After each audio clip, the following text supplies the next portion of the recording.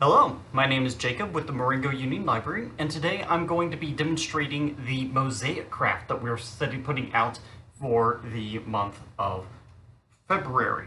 So, let's see and go down our checklist. Markers, check.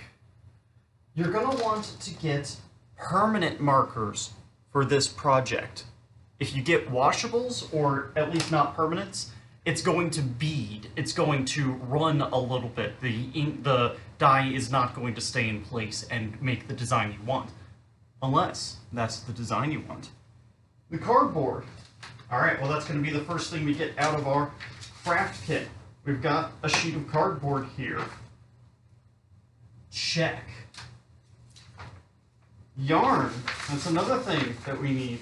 I'll set this aside. It's not quite up with the checklist yet. Yarn. Check. Pen or pencil. Check. Foil. Check. Glue. Elmer's glue will be helpful in some places. Stick glue would be helpful in other places. Spray glue in others. So, depending on what part of the project we're on, we might want a different kind of glue. But because I expect that most everybody has this glue and may not have the other kinds, I will be demonstrating exclusively with Elmer's glue. Okay, now you might wonder, what is a mosaic? This beautiful whatchamacallit is mosaic. So we've got string that is making lines through the project. They don't have to be straight, even though this one is. In each of the panels, they're colored differently. So a lot of this is going to be a emergent kind of art. We don't necessarily know what it's going to look like before we finish, because we're just winging it. We're all having fun here. All right, step one, take your cardboard, not the side with the cereal box on it. Take your cardboard, draw straight lines, draw wiggly lines, just draw lines. These are going to be our marker. So what I'm going to do is I'm going to decide on a pattern. I want wavy lines, corner to corner, straight lines, edge to edge.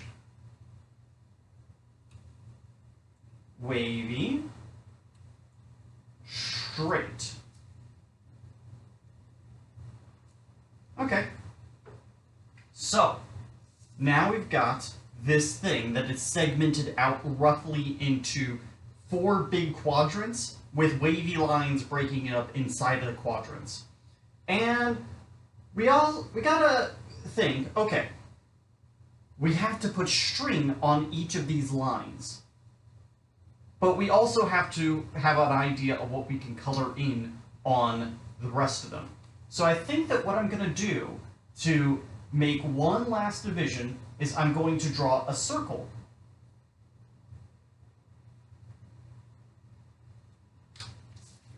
Okay, so I've got it divided into quadrants.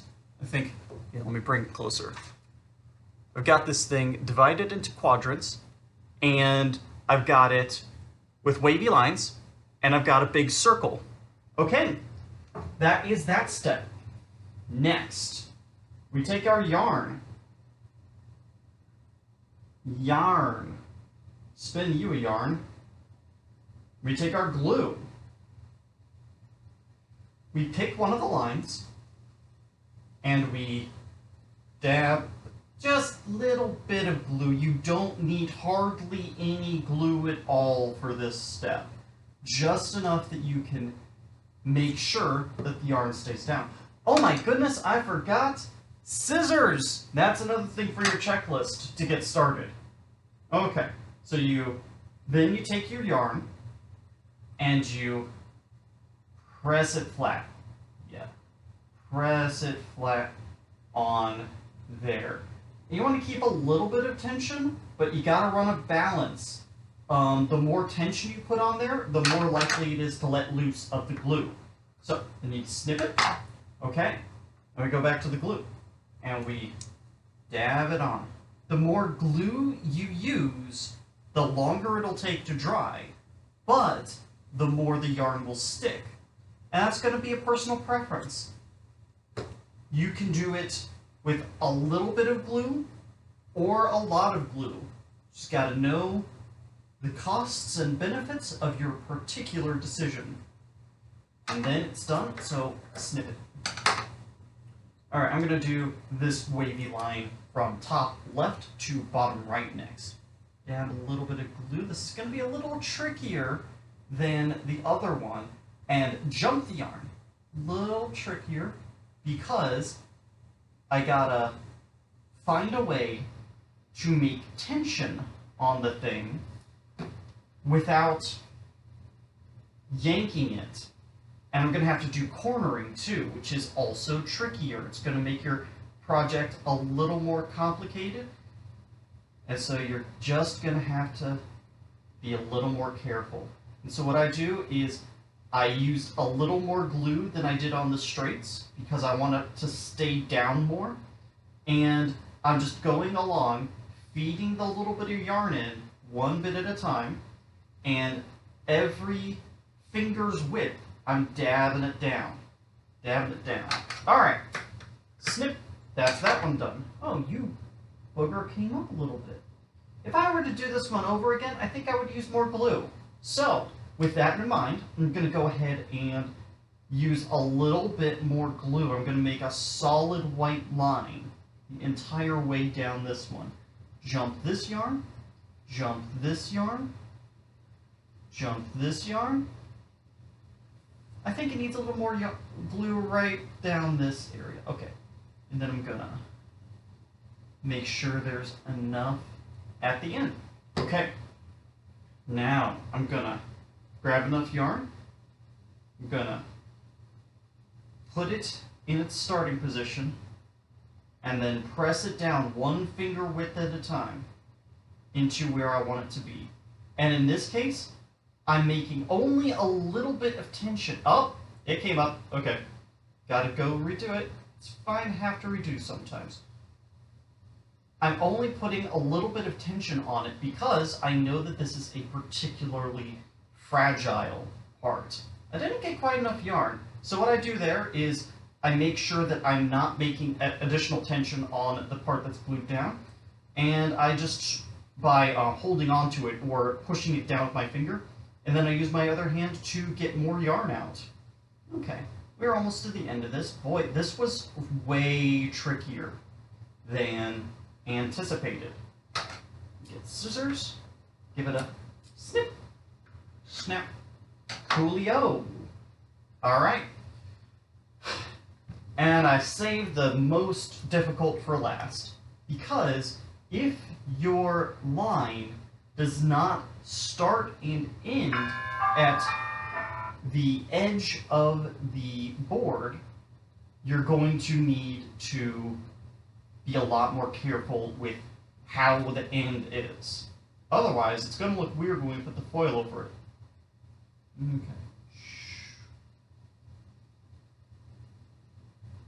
Okay, jump that, and steady hands. All right, that is that. So, now I need to put the yarn down on it. I think this much yarn probably will be enough. I'm going to go ahead and start in a clockwise rotation because I am right-handed and I am going to be feeding the yarn in from the right-hand side. And I don't want there to be glue that is interfering with that. Alright. However, now that I'm looking at this, my system is breaking down because now I'm having to go in an other direction than I'm used to. You see, I always went from bottom left to top right, and that worked out all right. But now that I have to go in the direction that the circle takes me, the system's breaking down a little bit. So you're going to want to keep that in mind and take note of how you were doing the earlier steps so that you can learn from them and do the later steps better. Okay. Ah! See, now my fingers are getting sticky. If your fingers start getting sticky, all you got to do is rub them together until the glue turns into little rolls and comes off. Okay. Now, when you have a start and end point inside of the frame, inside the board, you want to make sure that there's not a little trailing edge, because that'll look weird when we put foil over it. Okay, so here's what it looks like now. And it roughly maps onto where we put the lines. Roughly. But now it needs to dry. Put that one aside for anywhere between 1 hour to 1 day. They seem to be done within an hour or two, but I have been giving each of them a full day just in case. Here's one that I did yesterday, and you can see that I went a little bit over the top with this one. So I started by making patterns curving patterns that go like so, and then I went the other way, and then I had rays coming out of the bottom left-hand corner. And that resulted in lots of intersections. This was still easier to put together than that one because circles, man, circles are hard. Contained shapes inside the board are tricky. All right, well, let me show you what we're doing with this. We take our aluminum foil. We unwrap the aluminum foil very carefully. And we take our finger, we smooth out any of the crinkly bits. We're not here for the crinkly bits. We're here to make an impression. We don't want an impression that we haven't gotten right. All right. Then we take this and lay it over. Okay, this is roughly how much we need. Make a little bit of an impression so that you can see where the board will be. Okay, I can see where the board will be. It probably doesn't show up well on camera, so I'm not even going to try to make the camera show it, but by pushing down on the corners, I've got an impression of a board. That's enough to work with. All right. So for this part, you might want the spray glue, you might want the glue stick if you have them. If you don't, Elmer's comes to the rescue. And I'm just gonna squirt this sucker. Is it all the way open? Oh, not quite. Squirt this sucker on liberally in the area where I have made the impression. Then I'm just gonna take my finger, I'm going to spread it out. We want a nice, even coat. We don't want to see any shiny within the impression that we made just then. Spread it out. Get rid of that shiny. Oh, that's a little bit of shiny coming through. Got to come back for it. We're doing finger painting with paste. Your kindergarten teacher would be ashamed. Or I don't know, maybe she'd be happy. I don't know. Kindergarten teachers actually get a worse rap than they actually deserve. Okay, and then to get the glue off our fingers, we just wipe it around. We rub it together, and it'll turn into little rolls and fall off. Okay, fingers are, well, I wouldn't call them clean, but they got rid of this. So you can flip the foil onto the cardboard, or you can take the cardboard and flip it onto the foil. I prefer it that way. Whatever way seems to work for you. The important part is that it works for you and you have fun. And then you flip it over like a pancake and you smooth it out as best you can.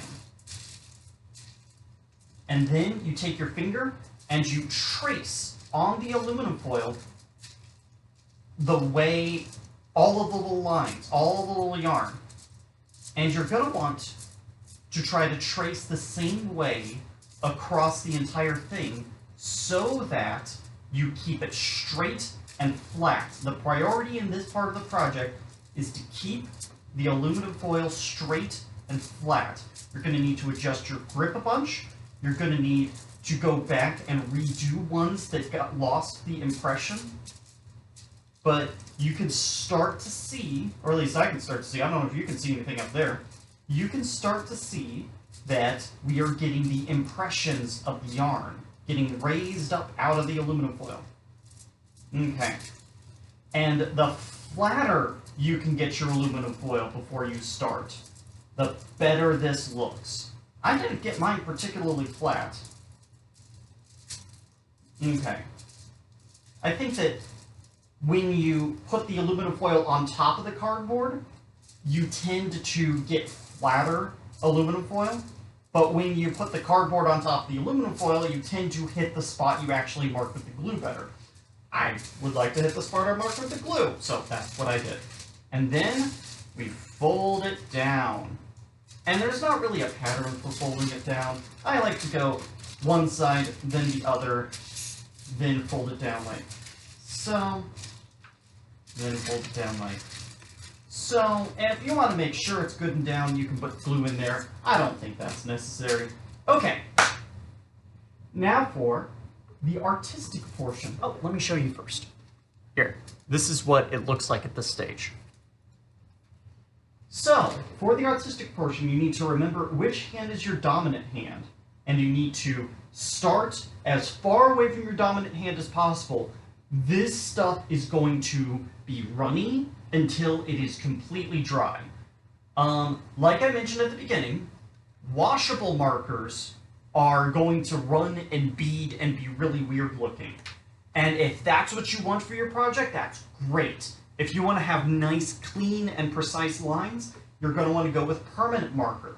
So I would suggest having a couple of washable markers on hand to put the really interesting beaded stuff down, but you also are going to want to have a couple of the permanent markers.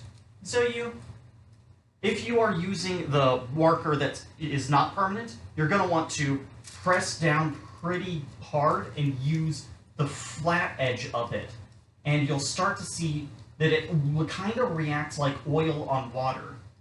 And the more you put down, the darker the beading parts are going to be, but you're still never quite going to get a full saturation. So that's a purple like that. Oh, come on. All right, let's get something bright. Let's get a red. And I'm going to fill in this space with red stripes. Okay. That's nice and vivid. I also find that the permanent markers have a better color profile than the other ones. Let's get some lime green in here. Let's fill in this one solid. This marker is not doing it as well as the other ones, so we'll set it aside. Let's see, maybe this one. So you might want to have a collection of markers available. All right, this red one is doing nice. Maybe it's the red coloring that is making it stand out and be vivid and interesting to look at. All right, so that's a solid block of red that we've put there. Okay. So these are two good red ones. You want to keep note of the ones that worked out. I'm not liking this tealish kind of guy. He's kind of not standing out. What if we did orange? Maybe it's the bright colors. Ooh, look at that! That's a shiny golden color. And you can see now, I don't quite know what I'm doing either. We're both figuring it out together. And we're having a lot of fun doing it. Okay, orange goes in the colors I like pile. Let's try this nice light blue. See what that gets us. Ooh, that's nice. Okay, what are we going to do with it? What if I did a spiral pattern and I spiraled only within this boundary? Okay, so that's a spiral coming out of there. Okay, I like this blue. We're keeping this blue. And so I'm letting the yarn guide me a little bit. But if you want to have multiple sections in there, then I think that that would work just fine. Okay, green. What are we going to do with green? What if we had filled it in spiraling like so inside of the yarn tracer? Okay, that's a good green. We're going to put this in our confirmed color pile. Blue. Let's put... Ooh, I just had a great idea. What if we trace the yarn in one color? What color would it be? I think blue would be a good color. Now this is going to be tricky. Yeah, look at that beautiful blue coming out there. Okay, so we're tracing the yarn top in blue. And you don't have to do this either. We're all learning together what makes us happy, what makes our art look good to us. There's no grades, there's no pressure, except for the pressure you put on yourself. So let's just go ahead and get rid of all that pressure on yourself. It's not fun right now. Let's just do what seems like a fun art project. And let the rest take care of itself. Okay. I'm actually not quite happy with that blue. I think that blue would be good for filling in bits, but I think that it's not quite there. So what I'm going to do with it, oh wow, that was really not good. So if you want to test a color, you might want to flip over your board and scribble on it. But that blue is not impressive. I am very dissatisfied with you, Mr. Blue. Come again another day. Yellow? What if maybe I could tint with this yellow. That's not quite working either. You see, when my yellow marker brush touches the red there, the red is streaking. So maybe if I had more time, I could come back to this in an hour or two once all the colors have dried and touch it up a little bit. But the water from the new marker might reactivate the old marker too. So let's go ahead and, ooh, what does pink do for us? Pink is underwhelming. Rejecting pink. What about hot pink? Not sold on getting rid of... That's better. So I think that these black markers here, these black permanent markers, are consistently getting me good results. I think that I would like to have a solid pink triangle right there. Okay. Alright, now this video's gone on for a little more than 20 minutes. I think you get the idea.